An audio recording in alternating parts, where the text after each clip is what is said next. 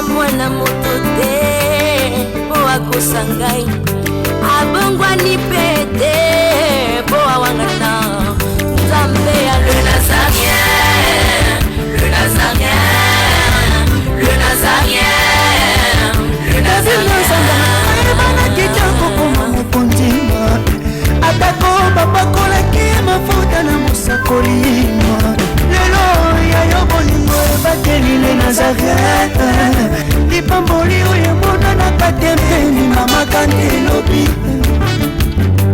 Kolabye mapapu, masope mafuta, toko kesikana longo na nzambe oyo babenga na makomi Jésus. Nzambe apambola yo bandeko na biso nyonso tukati na Yesu, tobondeli partout bozali okangi misu na yo. Nzambe pambola bandeko nyonso tu oyo baza kolanda mateya oyo pe ba image na kombo na Yesu Kristo. Amen. Mais bien aimé, toza na kati ya église to communauté la restauration de Brèche, ezali centre de miracle, eza centre oyo bisika toza ko sala misala ya bokangolami ya ko délivrer bato. Et na kati ya musala na biso toza toujours ko accomplir mukanda ya Esaïe 61 ndenge nkola za kolobake l'esprit du Seigneur est sur moi et tienga mafuta pona kokangola et pona kobimisa bato na boloko. Bolanda ba image nyonso tu wana bokomona misala ndenge nini eza kosalema na kati ya église la restauration de Brèche ou la communauté la restauration de Brèche. Obosa na te ko benga biso na numéro oyo 081 41 88 012 plus 243 pardon plus 243. Obosa na te otie code ya RDC plus 243 081 41 88 012. Et mes bien-aimés, toza nakati ya centre bisiko miracle eza ko salemaka bisiko ba délivrance merka sezo salemaka. Ozana ba problème ozo senga to sungona ba prière. Numéro na pesu yo eza même na WhatsApp. Bisiko ba miracle ezo salemaka bisiko ba prodige ezo salemaka. Ozana besoin lisungi, ozana besoin ke ba aider na prière. Benga biso to ko aider yo.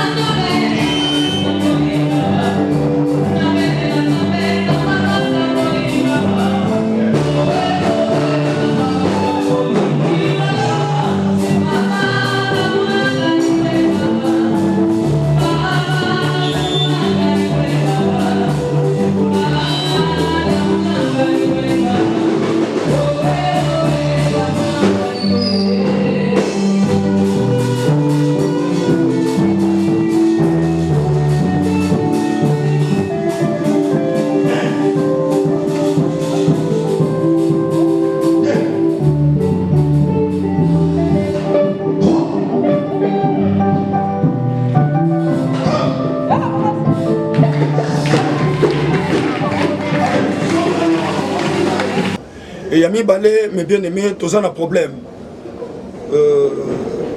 Bible le bien abisso, na mukanda, au Bible na yo. Avant même peut-être Hollanda, message Oyo, au Proverbe chapitre 19, verset 17. Et Yami Balé, au temps de l'abisso, Proverbe chapitre 21, verset 13. Et mes bien-aimés, toza kosenga, bosunga biso mokie, na musale zali ya construction. Awa toza na kati ya communauté la restauration des brèches. Wana de quoi kosunga biso même na ba image. Sion. Na sekuna ezali église. Pour les aller église toza ko prier. Mais awa tobetaki nanu anga. Il fallait tout le monde la batole surtout oyo. Et awa tozo matana des niveaux ya église. Soko kali okomona ke toza penza nanu na kati ya chantier. Awa tozo kanisa lotia et à la balcon et to matana deuxième niveau pour ezali la biso bureau. Et okomona penza église ndenge ezali biso penza propre mingité. Il faut to longola batole oyo.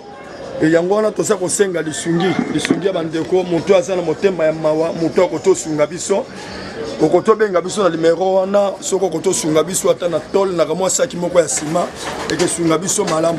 Moto nyonso to olingi nzambe. Moto nyonso to oyebi ke osunga service de Dieu. Moto nyonso to ozana makoki. Ozomona ke non bisika ko soutenir eza kozala te. Mais bien aimé église na biso yango yo église na bino yango yo tozana kati ya chantier mais makoki eza na biso penzate. Yango tozo senga lisungi ya moto nyonso to et landa pe misala ndenge zo sali maka ba délivrance comment ça s'est passé na quatre église la restauration des brèches tozo la ba délivrance maka zo sali maka mais bien aimé délivrance tozo senga la mbongo te tozo senga la ngo pété que non moto apesa biso ba millions tozo ko sala musala ndenge zambati ndel biso bon landa pe ba image il y a ba délivrance comment que zo sali maka na quatre église et c'est le que sunga biso vraiment Lole Pambola Bino, on collabate la biso bino, partout vous allez dans le monde, les ambassadeurs de la ville Makamba Minene. Au revoir.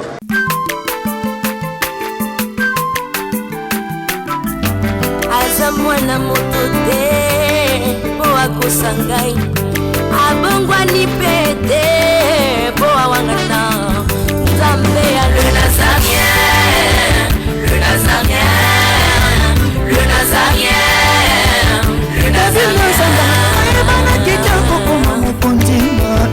Atako bapakolaki mafuta na mosakolima lelo ya yo bolingo ebateli le Nazareth lipamboli oyo emonanaka te mpeni mama kantelobi kolapie mapapu masope mafuta tokokisika na elongo na Nzambe oyo babenga na makomi